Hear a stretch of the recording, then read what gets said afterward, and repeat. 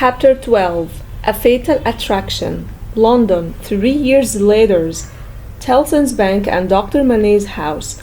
3 years passed of fires and storms. 3 more birthdays of little Lucy had been part of the peaceful life of her home. Many a night and many a day they had listened to the echoes in the corner, with hearts that failed them when they heard the heavy marching feet. For the footsteps had become to their minds the footsteps of a people changed into wild animals by a terrible magic force that lasted and lasted. The August of the year 1792 had come. On a steaming, misty afternoon, Mr. Lorry sat at his desk in Tellson's Bank, and Charles Darnay stood leaning on it, talking with him in a low voice. "But although you are the youngest man that ever lived," said Charles Darnay, hesitating, "I must still suggest to you—" "I understand that I am too old," said Mr. Lorry. "Changeable weather, a long journey, uncertain means of traveling, a disorganized country, a city that may not even be safe for you." "My dear Charles," said Mr. Lorry, with cheerful confidence, "you touch me of the reasons for my going, not for my staying away. It's safe enough for me. Nobody will be interested in an old fellow of nearly 80 years of age, when there are so many people there much better worth stopping. As for it being a disorganized city, if it weren't a disorganized city, there would be no occasion to send someone from our company here to our company there, who knows the city and the business of old and enjoys Tellson's confidence. As for the uncertain traveling, the long journey, and the weather, if I weren't prepared to put up with a few difficulties for Tellson's sake, after all these years, who ought to be? I wish I were going myself," said Charles Darnay, somewhat restlessly, like one thinking aloud. "Indeed, you are the right person to advise," exclaimed Mr. Lorry. "You wish you were going yourself? You, a Frenchman? You are a wise adviser?" "My dear Mr. Lorry, it's because I am a Frenchman that the thought has passed through my mind often.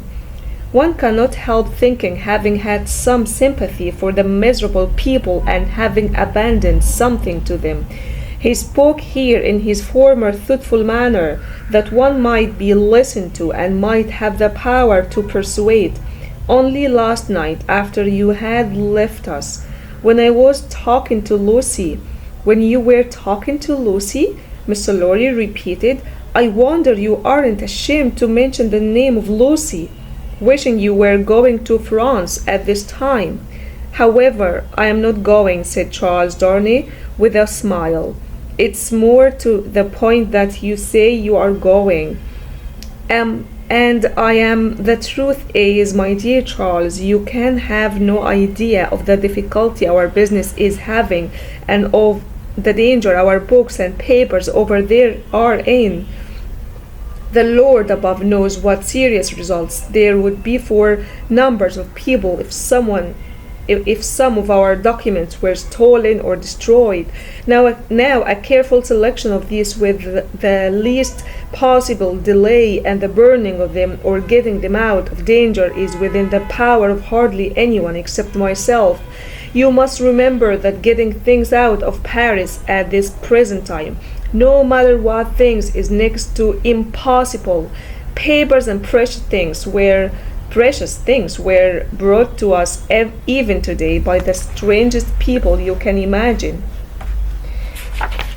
every one of whom had his head hanging by a single hair as he passed the barrier.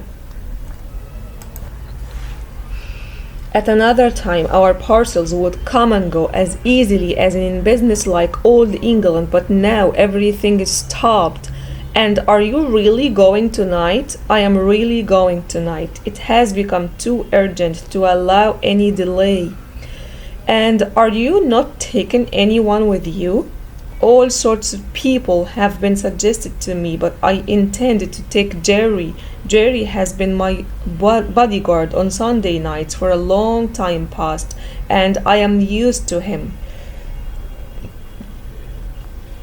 Nobody will suspect Jerry of being anything but an English bulldog, or to have any thought in his head except to defend his master.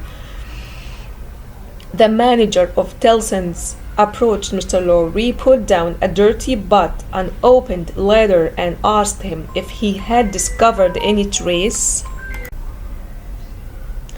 of the person to whom it was addressed. The manager put the letter down so close to Darnay that he saw and read the name and address the more quickly because it was his own real name. It read, "Very urgent, to Monsieur, formerly the Marquis Saint Evremond of France, care of Messrs. Tellson and Co. Bankers, London, England." On the marriage morning, Dr. Manny had made it his one urgent and special request to Charles Darnay that the secret of his name should be, unless he, the doctor, decided otherwise, kept completely secret. Nobody else knew it to be his name. His own wife had no suspicion of the fact. Mr. Lorry could have none. "No," said Mr. Lorry in reply to the manager. "I have shown it, I think, to everybody now here, and nobody can tell me where this gentleman is to be found." Everybody had something to say, mainly something bad, in French or in English, about the Marquis who wasn't to be found. "Nephew, I believe, of the Marquis who was murdered," said one. "Happy to say I never knew him." "A coward who ran away," said another. "This monsieur was taken out of Paris in a load of straw some years ago." "An enthusiast for the new ideas," said the third. "Set himself up against the last Marquis, abandoned the land and the chateau when he inherited them, and left them to the rough people. Mr. Lorry and Charles Darnay were left alone at the desk in the general departure from the bank." "I know the fellow," said Darnay. "Will you take the letter then?" asked Mr. Lorry. "Do you know where to deliver it?" "I do." "Will you explain that we suppose it to have been addressed here on the chance of our knowing where to forward it, and that it has been here some time?" "I will do so. Are you leaving for Paris from here?" "From here at 8. I will come back to see you off." Very ill at ease with himself, Darnay made his way to a quiet place, opened the letter, and read it. "Prison of the Abbaye, Paris, 21st June 1792. Monsieur, formerly the Marquis, I have been arrested with great violence and brought a long journey on foot to Paris. The crime for which I am imprisoned, for which I shall be judged and lose my life without your so generous help, is, they tell me, treason against the majesty of the people, in that I acted against them for an emigrant. It's in vain that I explain that I have acted for them and not against according to your commands. It's in vain that I say that I paid the taxes, that I collected no rent. The only reply is that I have acted for an emigrant. And where is that emigrant? Ah, most gracious Monsieur, formerly the Marquis, where is that emigrant? I cry in my sleep. Where is he? I ask heaven, will he not come to deliver me? For the love of heaven, I beg you, Monsieur, to help me. My fault has been that I have been true to you. From this prison here of honor, whereas every hour passes, I get nearer and nearer to destruction. Your servant, Gabelle.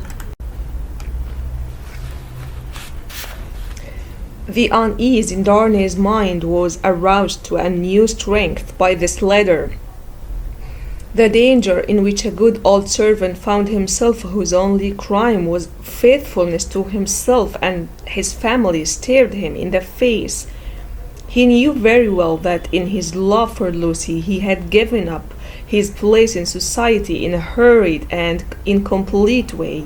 He knew that he ought to have worked it out more carefully and remained in charge, and that he had meant to do it, but it had never been done.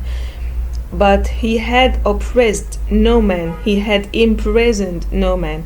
He hadn't asked for payment of the money owed to him. He had given up all this of his own free will. He had won his own place in the world without favor, and he had earned his own bread. Monsieur Gabelle had held the increasingly poor land and chateau on his written instruction to help the people and give them what little there was to give. This encouraged the desperate decision that Charles Darnay had begun to make, that he would go to Paris. As he walked to and fro with this idea in mind, he decided that neither Lucy nor her father must know of it until he was gone. Lucy should be spared the pain of separation, and her father, always reluctant to turn his thoughts towards the dangerous ground of old, should learn of it as a step taken and not as a step to be taken. He walked to and fro with thoughts very busy until it was time to return to Tellson's and take leave of Mr. Lorry.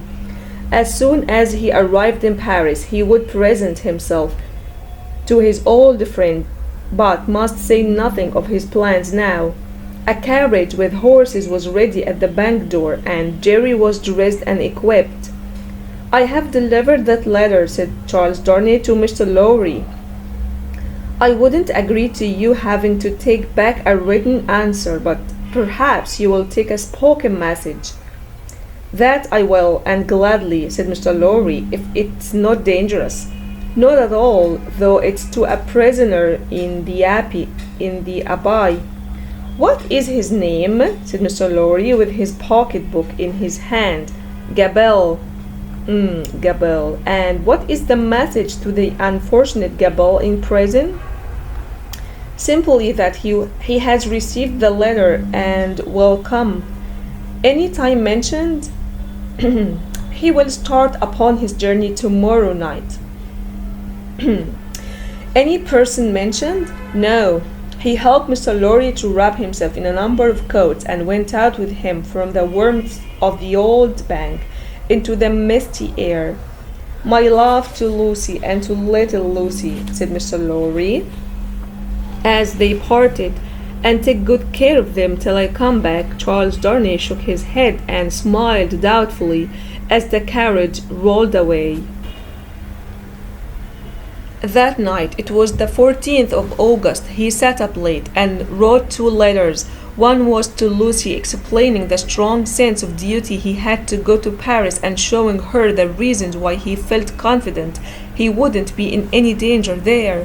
The second to the doctor, entrusting Lucy and their dear child to his care and repeating the same things in the strongest terms. To both he wrote that he would send letters to prove he was safe immediately after his arrival.